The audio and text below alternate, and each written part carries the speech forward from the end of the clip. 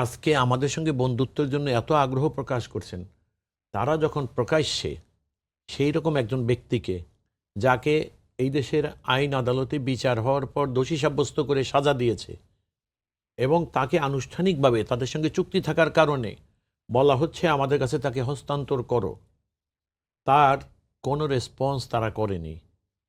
বরং উল্টাটা কি করেছে, যখন তারা একদিকে কথা বলে বাংলাদেশের সঙ্গে সুসম্পর্ক করতে চায়, তখন আবার তাকে সামনে এনে তার দ্বারা বক্তব্য দেওয়া হয়েছে যেটা কোনোভাবেই আমাদের দেশের নির্বাচিত সরকারের জন্য স্বস্তির ছিল না।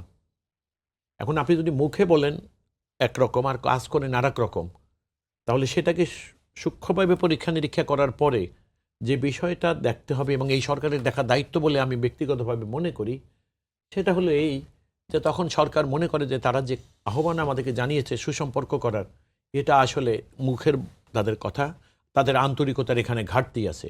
এমন যেমন তারা আমাদের মাননীয় প্রধানমন্ত্রীকে ভারত সফরে তারা আমন্ত্রণ জানাচ্ছে, টাইম এনেছে ওনাকে নেয়ার জন্যে।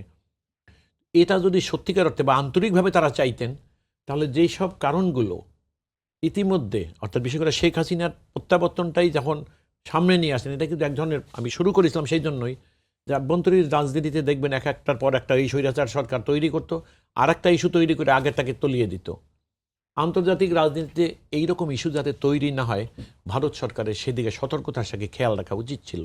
তারা যখন আন্তরিকভাবে আসলেই চান, যদি চাইতেন যে না বাংলাদেশের প্রধানমন্ত্রীর ভারত ভিজিট করা উচিত, কারণ সবচেয়ে ক্লোজেস্ট নেইবার তারা, এবং এটা আমাদের দুই দেশের মানুষের মধ্যে সুসম্পর্কের জন্য এবং পরস্পরের যে অমীমাংসিত স্বার্থ আছে সেগুলো সমাধানের জন্য খুব জরুরি।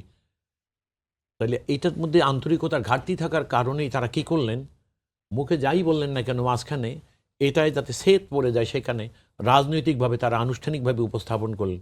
যদিও সরকার ডিক্লাইন করেছে যে না এটা সরকারের কোনো, এটা আমি আপনার টেলিভিশনে এসকে আছে এখানে বসে আমি একটা দেশদ্রোহী বক্তব্য দিয়ে গেলাম এই মুহূর্তে। কালকে যদি আমার বিরুদ্ধে আইন প্রয়োগকারী সংস্থারা ব্যবস্থা গ্রহণ করতে যায়, আর আপনারা সময় যদি বলেন যে না উনি আমাদের টেলিভিশনে এসব কোনো কিছু হয়নি, আমাদের এখানে কোনো দায়িত্ব নেই, তাহলে সেই কথাটা কতটুকু গ্রহণযোগ্য?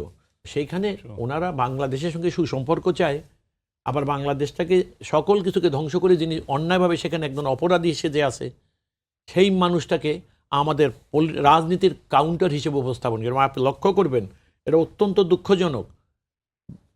আপনার সুজাতা সিং এসে একটা ইলেকশন একলা করে দিয়ে গেলেন 2014-তে, যেখানে লেস দ্যান 5% ভোট পড়েছে, যা কোনো সরকারই না, একটা অ্যাকসেপ্টেবল তো ভোটার লাগে। তারপরও কিন্তু সেইটাকে বলা হয়েছে না এটা গণতান্ত্রিক সরকার, এবং সেটা নিয়েই কিন্তু তারা 5 বছর চলে গেল। সেখান থেকে 2018-তে আরেকটা নির্বাচন। আপনি বিনা স্বীকৃতি যে কথা আমি সোশ্যাল মিডিয়ায় দেখেছি, এটা ডেঞ্জারাস এবং এটা অত্যন্ত ভয়াবহ। আমি এই কারণে বলবো, তিনি বলেছেন যদি উনি না আসে তাহলে যিনি ওইখানে আসেন তাকে আমরা অস্থায়ী বা ইত্যাদি ইত্যাদি জাতীয়, যদিও সোশ্যাল মিডিয়ার এটা আমি রিলাই করি না, এটাকে রিলাই করা খুব যুক্তিসঙ্গতও না এবং খুব কঠিন।